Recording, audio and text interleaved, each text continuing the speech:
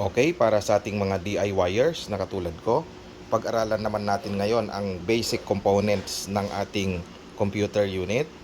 Ito, meron tayong small na computer unit at meron din tayong medium na computer unit.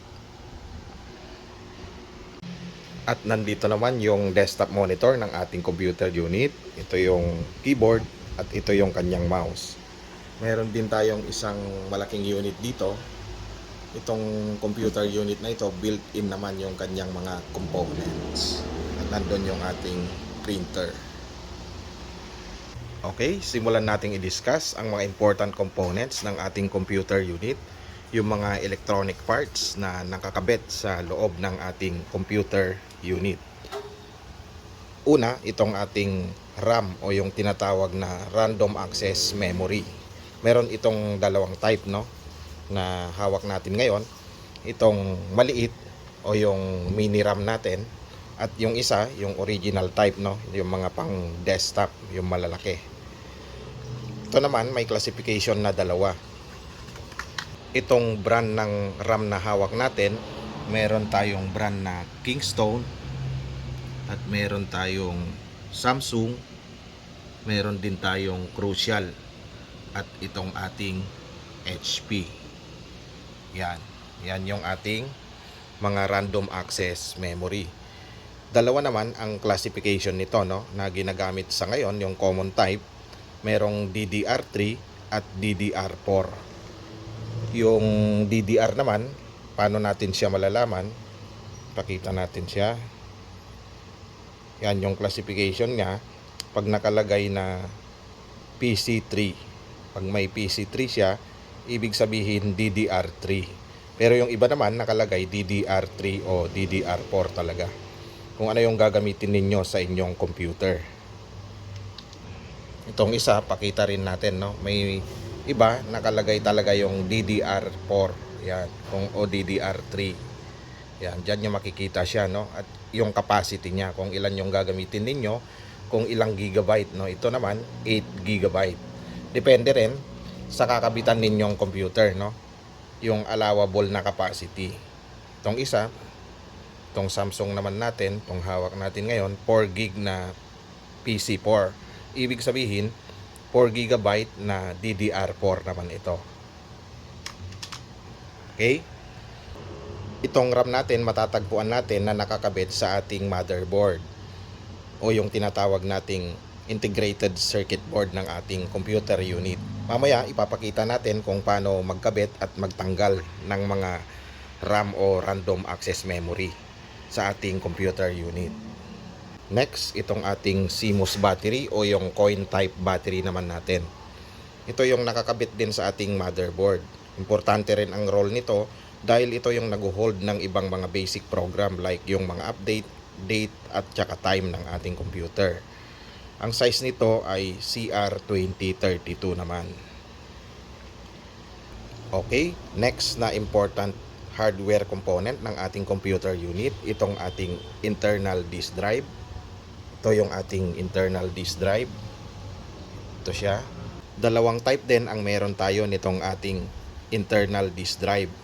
Meron tayo yung old type, ito yung HDD o yung hard disk drive. At ito naman yung bagong type niya ngayon, no?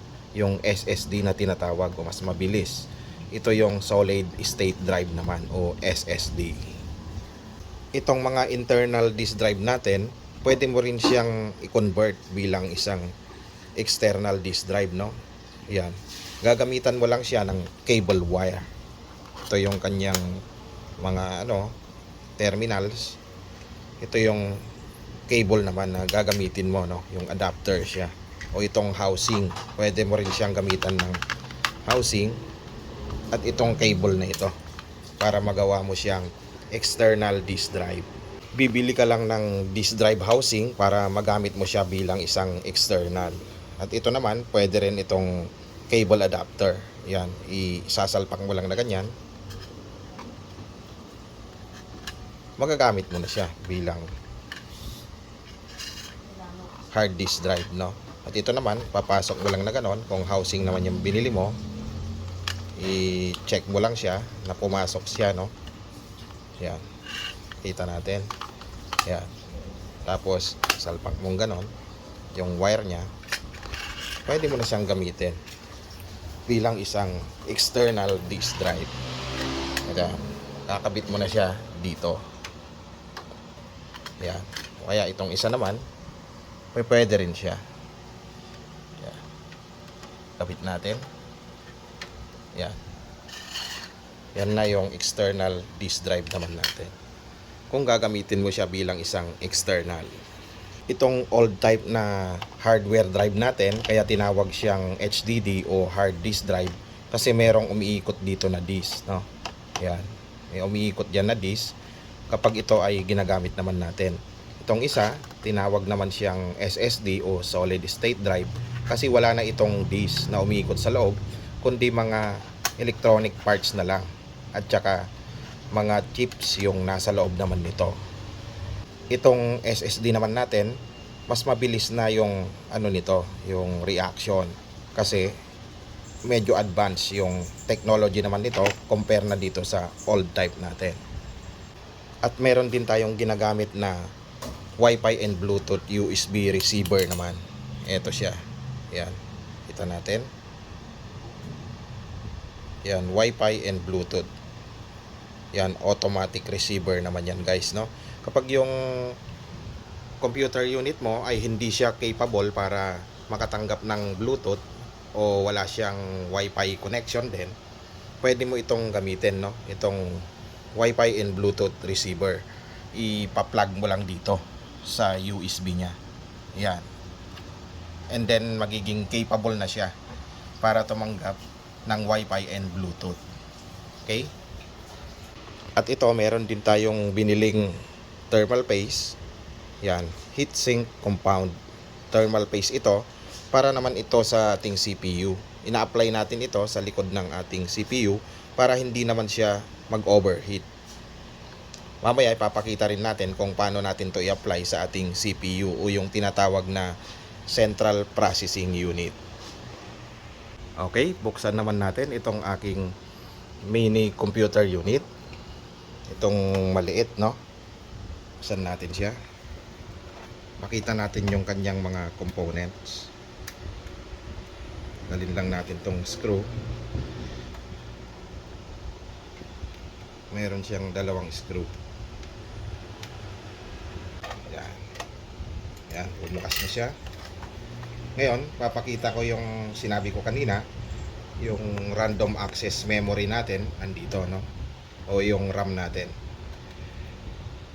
I-up lang natin to. Yan. Bali yan, yung random access memory natin. Kagaya rin siya nito, itong maliit na ito. Ginagamit ito sa mga laptop, no? Yung ganitong size. Ang pagbukas naman nito o pag-install, i-ano natin, ipupus lang natin to, no? Ito, meron siyang dalawang ano dito, lock dito sa gilid. Yan. Pag inopen mo siya, pag ganon, pa out siya, kabilaan siya, no? Left and right, i-out mo lang. And then kung ibabalik mo siya, ipupus mo lang ito. Usa maglalak na yung dalawang yun. Ngayon, dalawa yung ginamit niyang RAM dito, kasi mas maganda kung dalawa. Hati siya, no? Kung yung capacity ng computer unit ninyo ay 16 gig DDR4, kailangan gumamit kayo ng dalawang 8 gig na DDR4 para mas balanse yung magiging trabaho ng ating RAM. Pakita natin kung paano natin siya tanggalin. I-push uli natin to, left and right, out lang siya. Bubuka ito. Ngayon, pag bumuka ito, hatakin mo lang ito. Yan. Ngayon, meron siyang gisla dito, no? Makikita mo rin dito sa loob. Kung paano mo siya ipapasok, meron siyang ano doon, gatla. Hahanapin mo siya kung paano siya tatama. Kung ganyan kasi, yan makikita ninyo, hindi siya tatama doon sa gatla, no? Kaya pag ganun dapat, pag ganun siya. Ngayon, ang ginamit naman niya dito, nakalagay, baliktad, no? DDR4 siya. Yan. Pero gaya ng sinabi ko kanina, depende sa computer unit ninyo kung anong gagamitin, kung DDR4 o DDR3, no? Ito siya. Ito yata sa kabila. Kagaya nito, no? Kung makikita ninyo, yan ang ginamit naman nito. Sabi niya PC3, ibig sabihin DDR3 ito. Hindi naman siya compatible dito, no? Ngayon kung ganon, humanap kayo ng DDR4 kagaya nito. Ang nakalagay naman dito, yan siya, may nakalagay na DDR4 naman doon. DDR4 yung specification naman nito. Ayan. Yung gatla, dito siya sa kabila. Pasok natin ganon. Mararamdaman nyo siya kung pumasok sa gatla. Kasi papasok yung mga terminal, no? Ayan. Wala na yung terminal. Pupus nyo na lang ito. Pag pinos nyo ito, bubuka yung magkabilaan. Magpipit na siya. Yan, dalawa yung ano natin, random access memory. Mas maganda kung gamitin ninyo parehas yung slot para mas mabilis yung computer ninyo kapag nag-upgrade kayo. Makikita nyo rin to sa mga laptop, no? Kasi ganito yung size nung sa laptop. Okay, balik natin.